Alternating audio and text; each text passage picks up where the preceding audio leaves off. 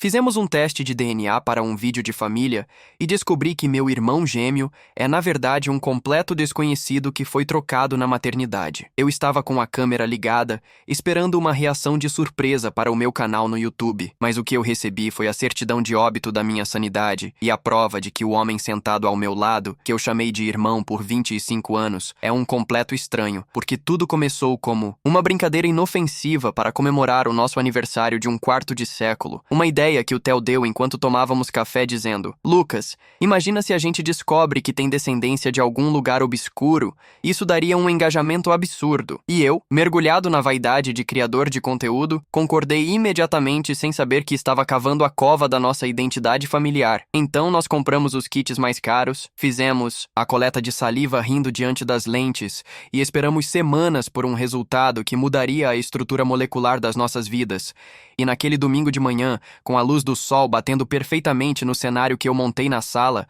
eu cliquei no anexo do e-mail com as mãos suadas e o coração disparado, fazendo todo aquele suspense teatral para os meus seguidores enquanto dizia: preparem-se, pessoal, o resultado dos gêmeos mais idênticos da internet finalmente chegou. Mas quando o documento em PDF abriu e os meus olhos percorreram as colunas de marcadores genéticos, o meu cérebro simplesmente parou de processar a linguagem humana por alguns segundos, pois ali, em letras garrafais e técnicas, o índice de parentesco entre nós dois estava marcado como 0,0% dólar, indicando que não havia absolutamente nenhum compartilhamento de material biológico entre eu e o Theo, e o silêncio que se seguiu no cômodo foi tão denso que eu conseguia ouvir o zumbido dos equipamentos de iluminação, até que o Theo, percebendo que eu tinha ficado pálido e estático, puxou o notebook da minha mão e perguntou com uma voz que misturava confusão e medo: "O que foi, Lucas? Você está com cara de quem viu um fantasma, deixa eu ver isso aqui." E no momento em que ele leu o laudo, o rosto dele perdeu toda a cor e ele soltou um riso nervoso, desprovido de qualquer alegria, dizendo: "Isso é uma pegadinha sua, não é? Você editou esse PDF para o vídeo? Não tem como isso ser real. A gente nasceu com 10 minutos de diferença. A gente tem o mesmo rosto, a mesma altura, a mesma voz." Mas eu não conseguia responder porque eu estava olhando para os gráficos de ancestralidade que mostravam que eu tinha 98% de origem europeia, enquanto o Theo tinha uma mistura completamente diferente de etnias que não batiam em nada com as minhas. E a percepção de que éramos apenas dois bebês que foram entregues às famílias erradas começou a me sufocar, como se o ar daquela sala tivesse acabado. Então eu me levantei num impulso, ignorando a câmera que ainda gravava cada segundo do nosso desmoronamento, e gritei pela minha mãe que estava na cozinha preparando o almoço. E quando ela entrou na sala limpando as mãos no avental e viu o notebook jogado no chão, e nós, dois em estado de choque, ela perguntou com um pressentimento terrível na voz: "Meus filhos, o que aconteceu? Por que vocês estão se olhando desse jeito?" E eu apontei para a tela e perguntei com a voz embargada pelo ódio e pelo desespero: "Mãe, quem é o Theo? Porque o teste de DNA diz que ele não é meu irmão e que nenhum de nós dois tem o mesmo sangue que o outro. Como você pôde não perceber que levaram o seu filho de verdade e deixaram um estranho no lugar?" E naquele instante, a minha mãe não negou. Ela não gritou de volta. Ela apenas levou as mãos ao rosto e começou a soluçar de um jeito que eu nunca tinha visto. Um som que parecia vir de uma ferida aberta há décadas. E ela sussurrou entre as lágrimas: "Eu sempre soube que algo estava errado naquela noite da tempestade na maternidade. Eu sempre soube que o choro do segundo bebê era diferente. Mas eu estava tão exausta e tão grata por ter dois meninos saudáveis que eu me convenci de que era paranoia da minha cabeça." E enquanto ela falava, eu olhava para o Theo e via nele não mais o meu irmão, mas o símbolo de uma negligência criminosa que roubou de mim o direito de conhecer meu verdadeiro sangue e de viver a vida que me pertencia por direito, sentindo uma náusea insuportável ao perceber que a nossa vida inteira, cada Natal, cada aniversário e cada memória de infância era uma fraude, construída sobre o erro de uma enfermeira ou o crime de um hospital. E o pior de tudo era ver o Theo me olhar com um desespero tão profundo que eu soube naquele exato momento que a nossa irmandade tinha sido assassinada por um pedaço de papel digital, deixando apenas dois estranhos assustados no meio de um campo de batalha emocional. A sala de estar, que antes era o cenário dos nossos vídeos de comédia e momentos de descontração, tornou-se o epicentro de uma tragédia silenciosa que eu não conseguia parar de filmar, mesmo com as mãos tremendo tanto que a imagem na tela da câmera parecia um borrão de puro desespero, enquanto eu observava o Theo desmoronar diante dos meus olhos, perdendo a força nas pernas e caindo de joelhos no tapete, como se o peso daquela revelação tivesse quebrado todos os seus ossos de uma só vez. E a minha mãe continuava ali, encolhida, soltando palavras desconexas sobre uma noite de tempestade em 1999 e um hospital que operava em regime de plantão reduzido por causa de um apagão que durou horas. E eu sentia uma raiva tão absoluta borbulhando nas minhas veias que a minha visão começou a escurecer nas bordas, porque não era apenas o erro geográfico de onde ele deveria estar. Era o fato de que cada vez que eu olhava para o Theo, eu via a mentira encarnada. Eu via o rosto de alguém que eu amava profundamente, mas que, tecnicamente, era um invasor na minha história. E o Theo levantou o rosto, as lágrimas limpando o rastro de choque na pele dele, e gritou com uma voz que eu nunca tinha ouvido antes. Uma voz rouca de agonia. Você está dizendo que me pegou por conveniência, mãe? Que você percebeu que eu não era o seu filho? Que eu não tinha o choro do seu filho? E mesmo assim, você me trouxe para casa para viver uma vida que não era minha, enquanto o seu verdadeiro sangue era jogado em qualquer outro lugar? E a minha mãe, em um acesso de desespero, tentou abraçar ele, mas ele a repeliu com uma força violenta, levantando-se e correndo em direção ao escritório do meu falecido pai, onde sabíamos que estavam guardadas as caixas de documentos antigos da família, e eu o segui num transe obsessivo, a câmera ainda ligada na minha mão como se fosse uma extensão do meu braço que eu não conseguia mais controlar, e nós dois começamos a revirar gavetas, jogando pastas de seguros, certidões de propriedade e fotos antigas para todos os lados, num frenesi de busca por qualquer prova física que pudesse corroborar aquele desastre biológico, até que o Theo encontrou uma pasta de couro desgastada escondida no fundo de um cofre que meu pai mantinha sempre trancado e que minha mãe alegava não ter a chave, mas que agora, diante do caos, ela mesma abriu com as mãos trêmulas, entregando-nos o conteúdo que deveria ter permanecido enterrado para sempre. E lá dentro, para o meu absoluto horror, não havia apenas os nossos registros de nascimento, mas uma nota manuscrita de uma enfermeira do Hospital Santa Clara, datada de 3 dias após o nosso nascimento, onde estava escrito inconsistência nos registros de pulseiras do Bloco B durante a falha elétrica. Família Silva e Soares, sob observação. E eu senti meu estômago dar um nó tão forte que precisei me apoiar na mesa para não vomitar, porque aquilo significava que não foi um erro invisível, foi uma falha detectada que alguém decidiu ignorar para evitar processos ou escândalos. E eu olhei para o Theo e disse com a voz fria como gelo: nós fomos trocados por causa de um sobrenome comum e de um hospital negligente, Theo. E o pior é que existe outra família chamada Soares que provavelmente está vivendo com o meu verdadeiro irmão agora mesmo. E o Theo me olhou com um vazio tão profundo nos olhos que parecia que a alma dele tinha sido sugada para fora do corpo, e ele respondeu num sussurro que me arrepiou: Lucas, se eu não sou um Silva, e se eu não sou seu irmão, então eu não tenho nada, eu não tenho passado, eu não tenho árvore genealógica,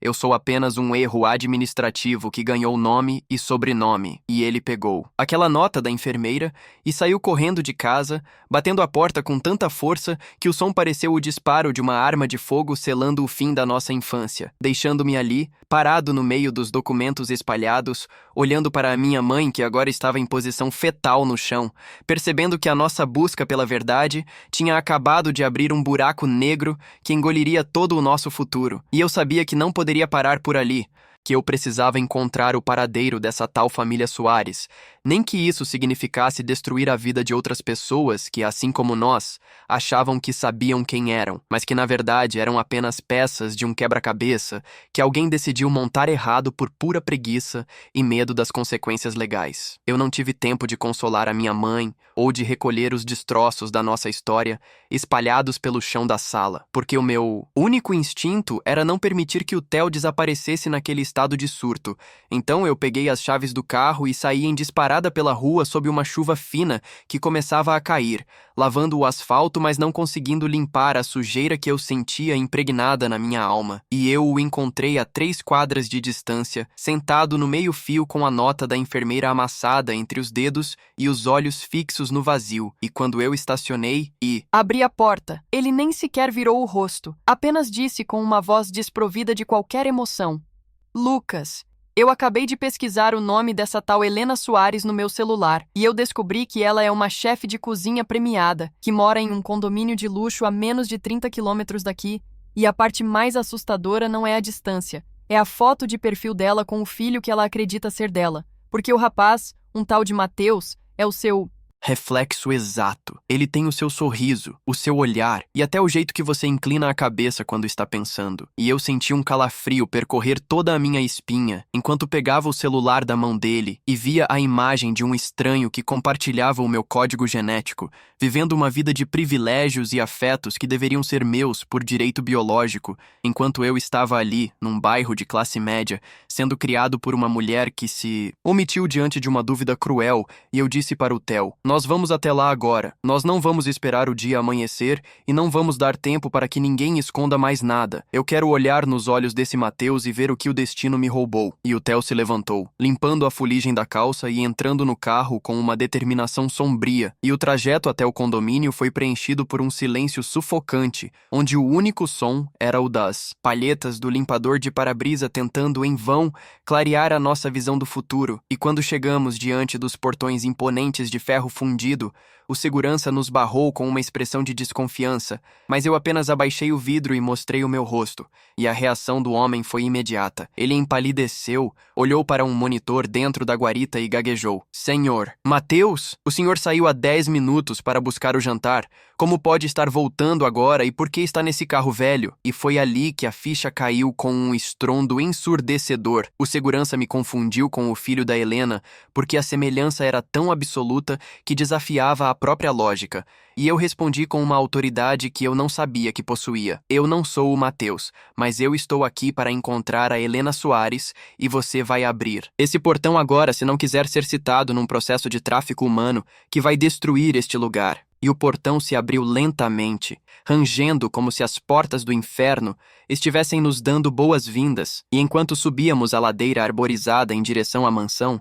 eu vi o Theo apertar o cinto de segurança com tanta força que os nós dos seus dedos ficaram brancos. E ele sussurrou: prepare-se, Lucas, porque a partir do momento em que tocarmos aquela campainha, a vida de 4 pessoas vai deixar de existir para dar lugar a um pesadelo que não tem volta. E eu estacionei o carro diante daquela construção monumental de vidro e mármore, sentindo-me um invasor no meu próprio destino. E no momento em que eu ia saltar do veículo, um carro esportivo preto de última geração dobrou a esquina e parou logo atrás de nós. E pelo retrovisor, eu vi um rapaz sair do veículo segurando sacolas de um restaurante caro. E o meu coração parou por um segundo completo, porque eu estava olhando para mim mesmo, vestido com roupas que eu nunca poderia pagar, carregando uma autoconfiança que eu nunca tive. E o Mateus parou no meio do caminho, deixou as sacolas caírem no chão e fixou os olhos em mim com um terror tão puro que eu soube que ele também tinha passado a vida sentindo que algo estava fora do lugar, e a voz dele saiu como um sopro carregado de medo. Quem é você e por que você tem o rosto que eu vejo no espelho todas as manhãs? E antes que eu pudesse responder, a porta da mansão se abriu e a Helena Soares apareceu na entrada chamando pelo filho. Mas o grito dela morreu na garganta quando ela viu 2 filhos idênticos parados diante dela sob a luz fraca dos postes do jardim. O silêncio que se seguiu ao grito abafado da Helena foi mais barulhento do que o trovão que cortou o céu naquele instante, e eu vi o mundo desacelerar enquanto a sacola de comida que o Mateus segurava se espatifava no chão, espalhando um aroma de lagosta e vinho que parecia um insulto diante da nossa miséria emocional. E a Helena deu um passo instável para a frente, as mãos tateando o ar como se estivesse tentando encontrar um ponto de apoio numa realidade que acabara de evaporar. E ela olhava para mim, depois para o Mateus, e a expressão de pavor no rosto dela era a confirmação de que ela não precisava de um teste de papel para saber que eu era o sangue dela que foi arrancado dos seus braços há 25 anos. Enquanto o Mateus, recuperando o fôlego, avançou na minha direção com o punho cerrado e os olhos injetados de ódio, gritando: que tipo de brincadeira doentia é essa? Quanto vocês querem para sumir daqui com esse circo de sósias? Mãe, entra agora. Isso é algum golpe desses canais de pegadinha da internet. Eu vou chamar a segurança e mandar prender esses 2 invasores. Mas o Theo, que até então estava em silêncio absoluto, saiu do carro e se colocou entre nós 2, segurando a nota da enfermeira como se fosse um escudo e dizendo com uma voz carregada de uma dor que eu nunca tinha ouvido: não é golpe, Mateus. Nós crescemos acreditando que éramos irmãos de sangue. E hoje, um teste de DNA provou que somos apenas vítimas de um crime que aconteceu na noite em que vocês dois nasceram. E se você olhar para o Lucas por mais de 2 segundos sem esse seu orgulho de herdeiro, você vai ver que ele não é um sósia. Ele é a versão original do que você finge ser. E a Helena soltou um soluço profundo, caindo de joelhos no mármore molhado da entrada e sussurrando: "O sinal. Mateus não tem o sinal de nascença atrás da orelha esquerda, que o médico me disse que os dois teriam. Eles me disseram que o outro bebê tinha morrido por complicações respiratórias no apagão e que o sinal do que sobreviveu desapareceu por causa de uma marca de fórceps. Eu passei décadas chorando por um túmulo vazio enquanto o meu filho estava vivo em algum lugar, e eu senti uma náusea tão violenta que precisei me segurar no capô do carro, porque aquela revelação de que houve uma morte forjada transformava o que achávamos ser um erro administrativo em um caso de tráfico humano deliberado. E eu me aproximei da Helena e estendi a mão para ajudá-la a levantar. E no momento em que nossas peles se tocaram, eu senti uma descarga elétrica de reconhecimento que me fez chorar pela primeira vez desde que essa loucura começou. E o Mateus ficou estático, olhando para a minha orelha esquerda, onde a pequena mancha escura brilhava sob a luz dos postes, e a arrogância dele desapareceu para dar lugar a um desamparo infantil enquanto ele gaguejava. "Mas se ele é o seu filho, mãe, quem sou eu? De onde eu vim e por que o hospital me entregou para você se eu não era o bebê que estava no seu registro?" E foi ali que a porta da mansão se abriu novamente e um homem de cabelos brancos, com um porte autoritário e um olhar gélido, apareceu na entrada perguntando o que era aquela gritaria. E a Helena levantou a cabeça e apontou para mim, dizendo com uma voz que misturava autoridade e desespero: "Ricardo, olhe para este rapaz e me diga agora, com a sua alma, se você ainda vai sustentar a mentira de que o nosso segundo filho morreu naquela noite. Porque o destino trouxe ele de volta para a nossa porta e ele trouxe consigo o erro que você ajudou a enterrar." E o homem que eu presumi ser o marido da Helena e o pai do Mateus fixou os olhos em mim e eu vi, por uma fração de segundo, a máscara de perfeição dele trincar, revelando um segredo muito mais sombrio do que uma simples troca de bebês. Pois ele não parecia surpreso, ele parecia estar vendo um fantasma que ele mesmo tinha tentado matar. E eu percebi que a nossa busca pela verdade estava apenas começando a arranhar a superfície de uma conspiração familiar que envolvia poder,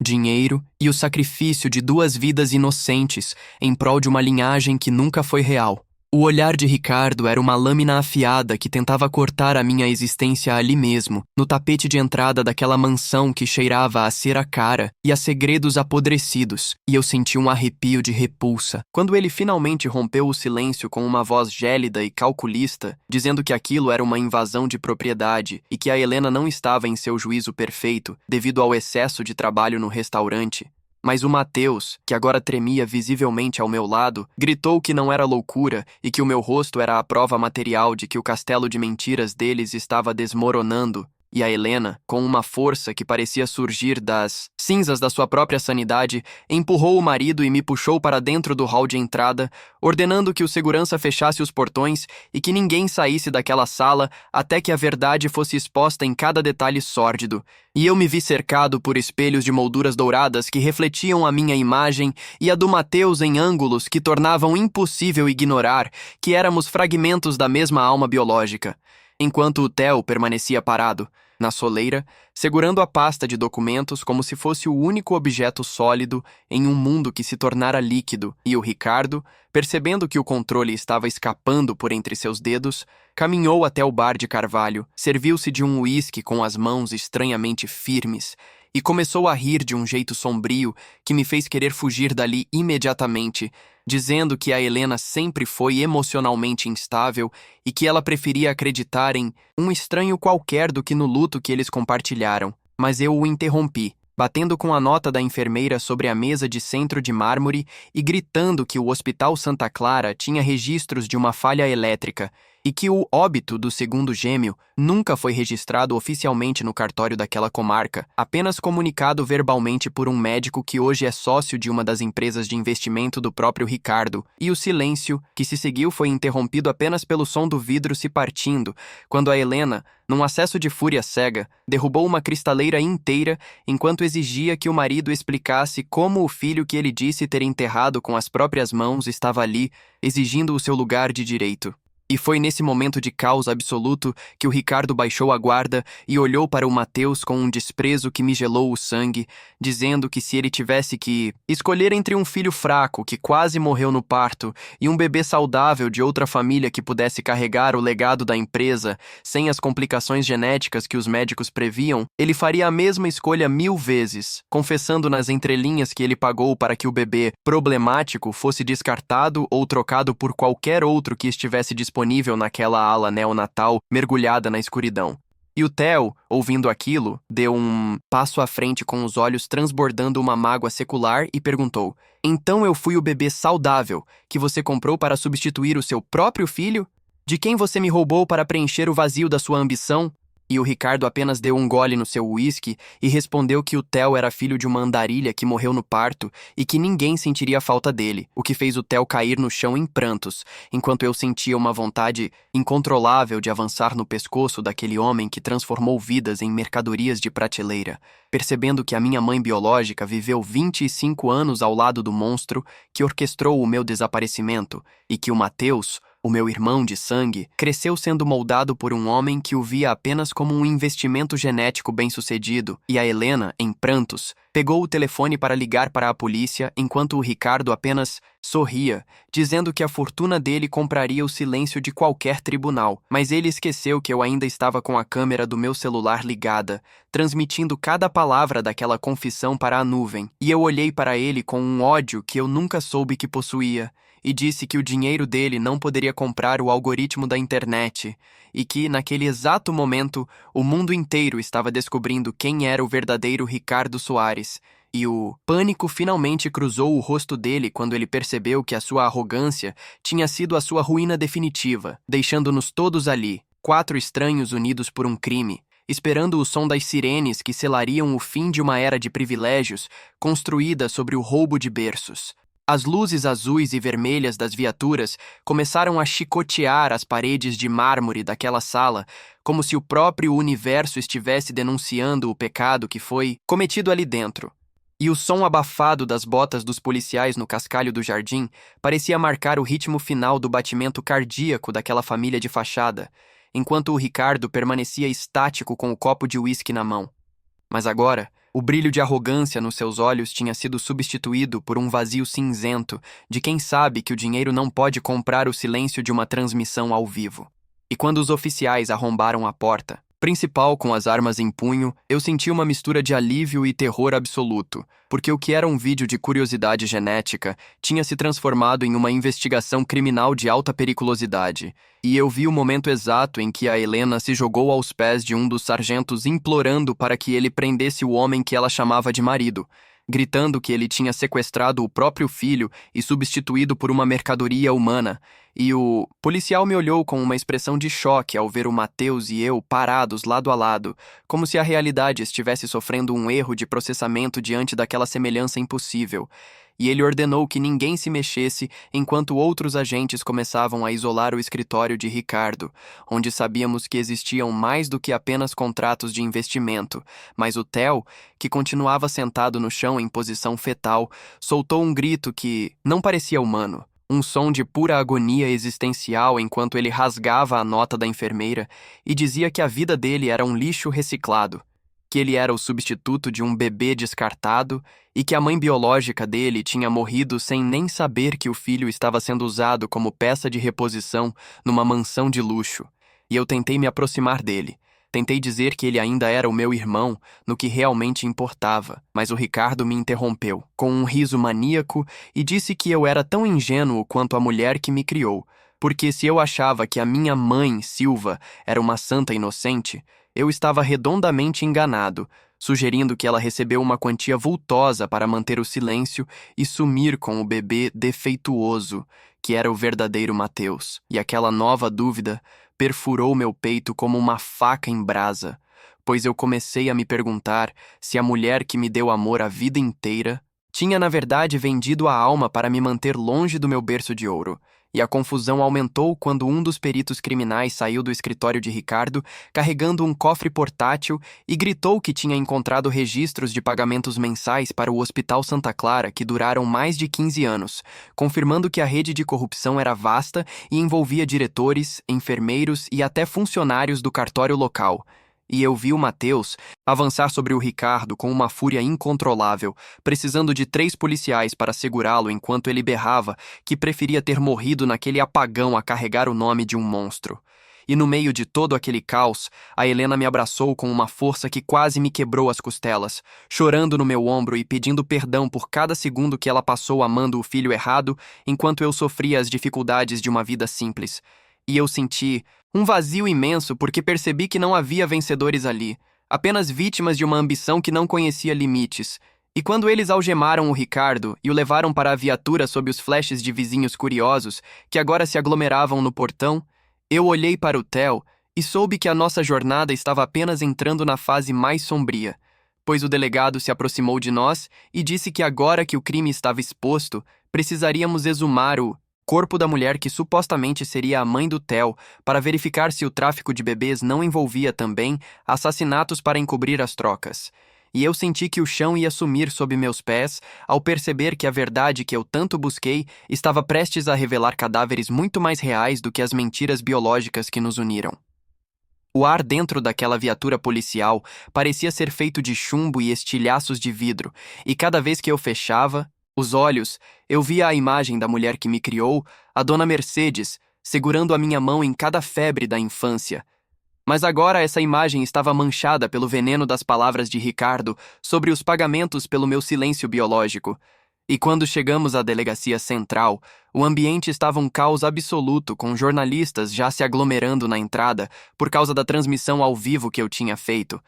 Mas nada disso importava porque o delegado nos colocou em uma sala de interrogatório fria, com lâmpadas fluorescentes que zumbiam como mosquitos famintos. E lá estava ela, a minha mãe Silva, sentada com os ombros curvados e o olhar fixo no chão, cercada por investigadores que já tinham em mãos os extratos bancários que Ricardo havia mencionado,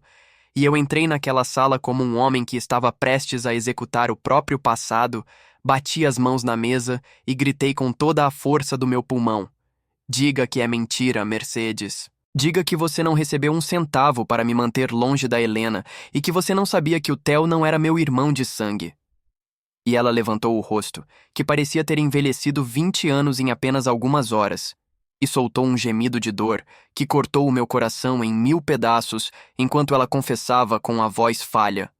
Lucas, meu filho, no começo eu não sabia, eu juro que não sabia, mas quando você fez 2 anos e o Ricardo apareceu na nossa porta com uma maleta e documentos provando que houve um erro, ele me ameaçou.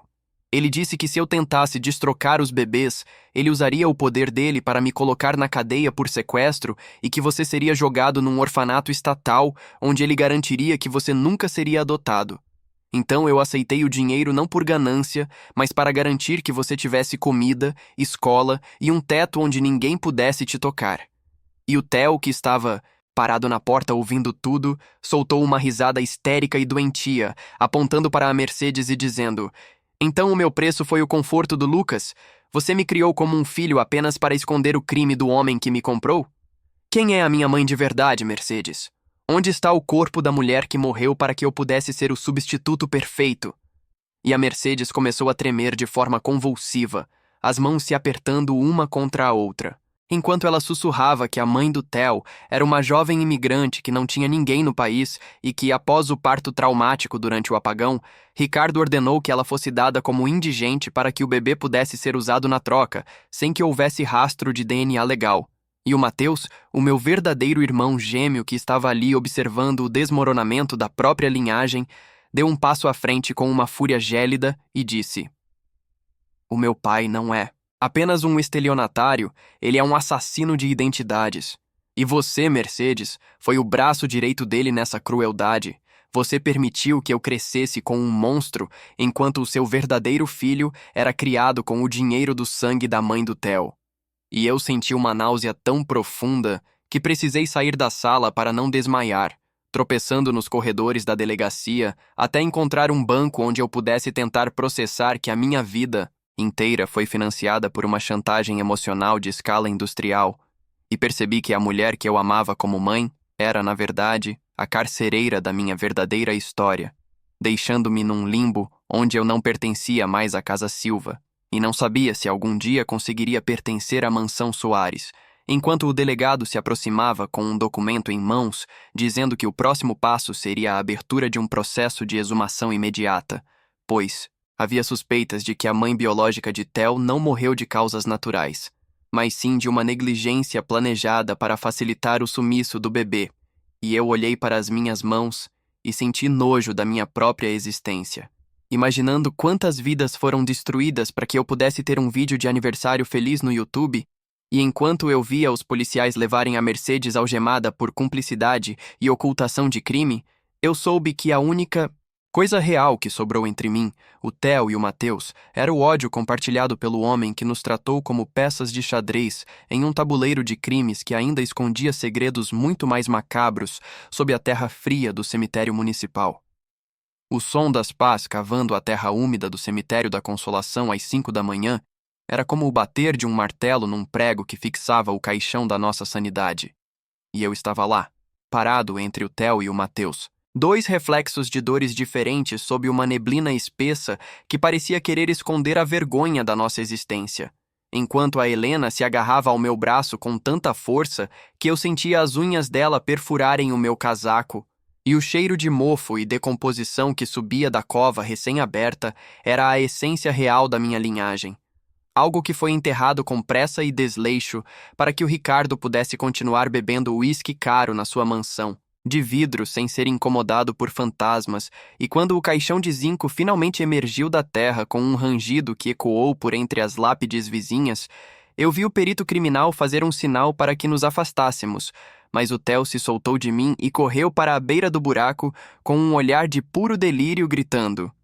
"Eu quero ver! Eu quero ver o que sobrou da mulher que vocês jogaram aqui como se fosse lixo. Eu quero ver o rosto da pessoa que teve que morrer para que esse herdeiro de merda pudesse ter uma conta bancária recheada." E o Matheus, num impulso de proteção que eu não esperava vindo de alguém tão contido, segurou o Theo pelo colarinho e sibilou com uma voz que vibrava de um ódio represado: "Cala a boca, Theo! Você acha que eu pedi por isso? Você acha que eu sinto orgulho de saber que o meu pai é um carniceiro que trocou o próprio filho por um substituto para não ter que lidar com um bebê doente?" E os dois ficaram ali, se encarando como dois animais feridos no meio do cemitério, enquanto o perito abria a tampa do caixão com uma alavanca metálica, e o que ele encontrou lá dentro não foi apenas o esqueleto de uma jovem imigrante que ninguém reclamou,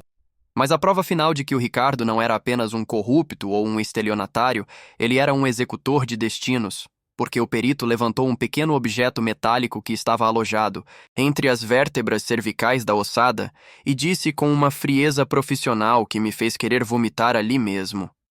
"Delegado, temos um projétil de calibre .38 aqui, o que significa que essa mulher não morreu de hemorragia ou complicações no parto, como diz o laudo falso. Ela foi executada com um tiro na nuca logo após darem o bebê para a enfermeira, garantindo que não houvesse nenhuma testemunha viva da origem desse rapaz." E naquele momento, a Helena soltou um grito que parecia ter vindo das profundezas de um abismo e caiu de joelhos sobre a terra remexida, soluçando que viveu 25 anos na cama com um assassino frio, enquanto eu sentia a minha mente estalar sob a pressão de uma verdade que era pesada demais para ser suportada, percebendo que o dinheiro que a Mercedes recebeu mensalmente para me criar não era apenas um suborno de silêncio,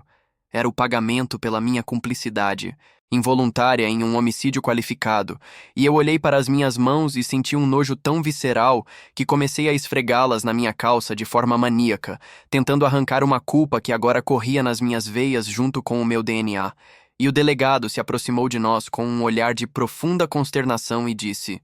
"Lucas, Matheus, Theo, a investigação acaba de mudar de patamar internacional. O Ricardo vai ser indiciado por execução sumária e tráfico de influência, e nós vamos precisar que vocês três fiquem sob custódia em um local seguro, porque se ele teve coragem de matar uma mãe no leito de parto para forjar uma linhagem, ele não vai hesitar em eliminar os vestígios que agora têm rosto e nome." E o Theo, rindo de um jeito assustador e balançando o corpo para frente e para trás, olhou para os restos mortais da mãe biológica e disse: Eles te mataram por minha causa, e agora eu vou destruir cada tijolo daquele império com as minhas próprias mãos.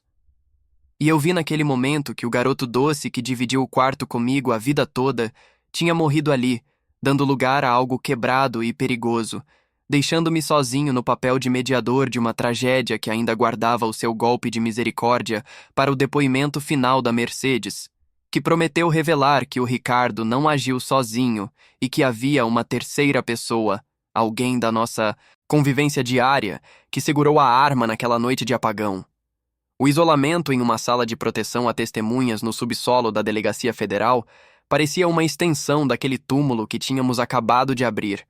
Um lugar onde o tempo não passava e o único som era o zumbido mecânico do ar-condicionado misturado aos soluços secos do Theo, que não parava de encarar as próprias mãos como se elas estivessem manchadas com o sangue da mãe que ele nunca conheceu. E eu olhava para o Mateus sentado no canto oposto da sala e via nele uma fúria silenciosa que me assustava mais do que os gritos do Theo, porque ele estava destruindo sistematicamente cada lembrança que tinha do Ricardo, rasgando fotos e deletando arquivos de seu celular com uma precisão cirúrgica, até que a porta de aço pesado se abriu e o delegado entrou com um gravador em mãos e uma expressão de quem tinha acabado de ver o próprio inferno. E ele nos olhou com uma piedade que eu nunca quis receber e disse: "A Mercedes terminou de falar, mas o que ela revelou vai muito além de um suborno ou de uma troca de bebês.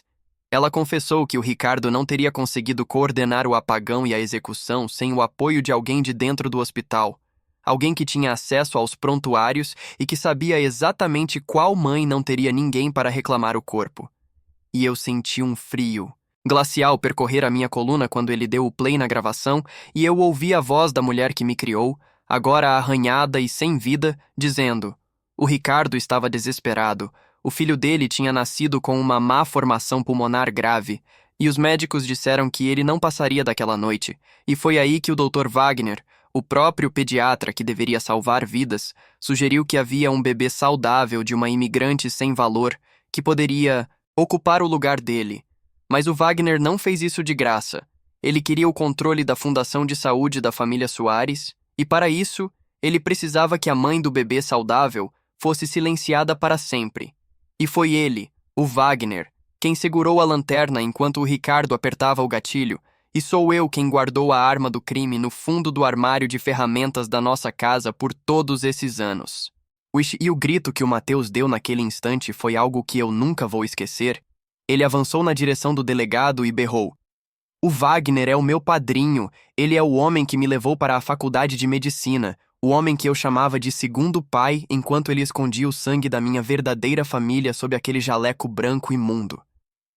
E eu senti o meu mundo girar em um turbilhão de traição absoluta ao perceber que todos nós fomos cercados por lobos durante 25 anos, sendo criados por assassinos e cúmplices que sorriam para nós em cada Natal enquanto calculavam o preço do nosso silêncio biológico, e o delegado nos informou que equipes de busca já tinham ido até a casa da Mercedes para apreender a arma e que o Dr. Wagner havia sido interceptado tentando fugir para o aeroporto internacional com uma mala cheia de dinheiro e passaportes falsos. Mas o golpe de misericórdia veio quando ele revelou que o Ricardo, ao saber que a Mercedes tinha confessado, tentou se suicidar na cela usando os próprios lençóis, deixando um bilhete que dizia apenas: "Eu fiz o que um pai precisava fazer para garantir um herdeiro forte." E eu olhei para o Theo, que agora estava rindo de forma descontrolada e assustadora, e ele disse com um olhar vidrado: "Um herdeiro forte?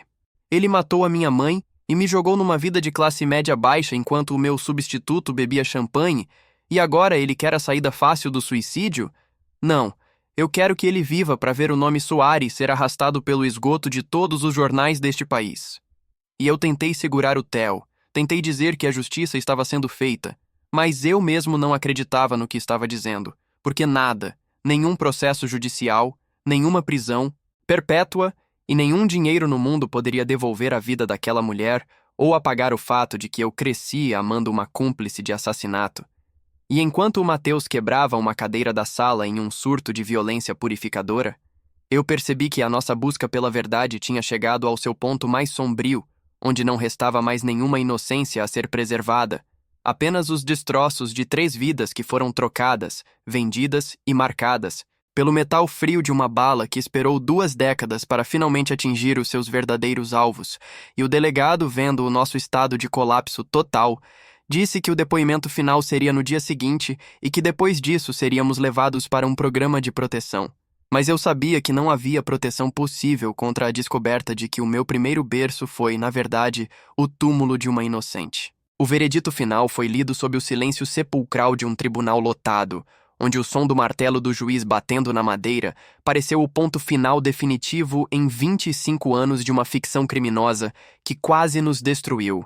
E eu estava lá, sentado entre o Mateus e o Theo, segurando as mãos dos meus 2 irmãos, enquanto ouvíamos que o Ricardo e o Dr. Wagner foram condenados a 40 anos de prisão em regime fechado por homicídio qualificado, tráfico humano e falsidade ideológica, uma sentença que não trazia a nossa inocência de volta, mas que servia como o alicerce para a reconstrução das nossas identidades estilhaçadas, e a Mercedes, pela sua colaboração crucial e por ter sido vítima de coação por décadas, recebeu uma pena reduzida em regime domiciliar, o que me permitiu, pela primeira vez em meses, olhar para ela sem sentir apenas ódio, mas uma compaixão amarga por uma mulher que se perdeu tentando me proteger de um monstro. E a Helena, agora livre da sombra do homem que roubou seu filho e assassinou uma inocente, usou a sua influência e a fortuna que restou após o confisco de bens do Ricardo para criar a Fundação Aurora, em homenagem à mãe biológica do Theo, uma instituição dedicada a investigar erros em maternidades e apoiar vítimas de crimes de adoção ilegal, garantindo que o sacrifício daquela jovem imigrante nunca fosse esquecido pela história. E o Mateus decidiu abandonar o sobrenome Soares e o curso de medicina, dizendo que não queria carregar nada que lembrasse o Dr. Wagner. E hoje nós 3 moramos juntos em uma casa que compramos perto da praia, longe do luxo tóxico da mansão e das memórias sombrias da Casa Silva, formando uma irmandade que não depende de sequenciamento genético ou de laudos de laboratório, mas sim da dor compartilhada e da decisão consciente de sermos a família que o destino tentou nos roubar. E eu finalmente consegui postar o documentário final no meu canal, não por cliques ou por fama, mas para expor as vísceras de um sistema que trata bebês como mercadorias, e o resultado foi uma onda de solidariedade global que ajudou a localizar outras 6 famílias que foram vítimas do mesmo esquema criminoso do Hospital Santa Clara, o que me trouxe uma paz que eu achei que nunca mais sentiria. E hoje, quando olhamos para trás, percebemos que a verdade, por mais que tenha o gosto de sangue e terra de cemitério,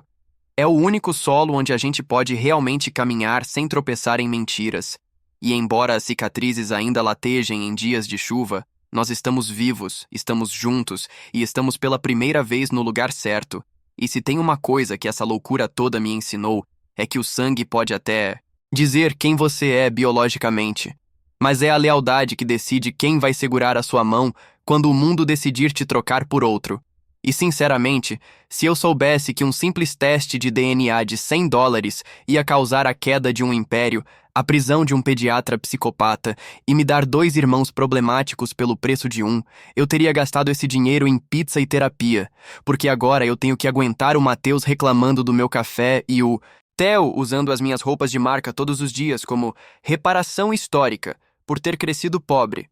O que prova que, no fim das contas, a genética pode ser uma fraude. Mas a chatice de irmão é universal e não tem cura nem com sentença judicial.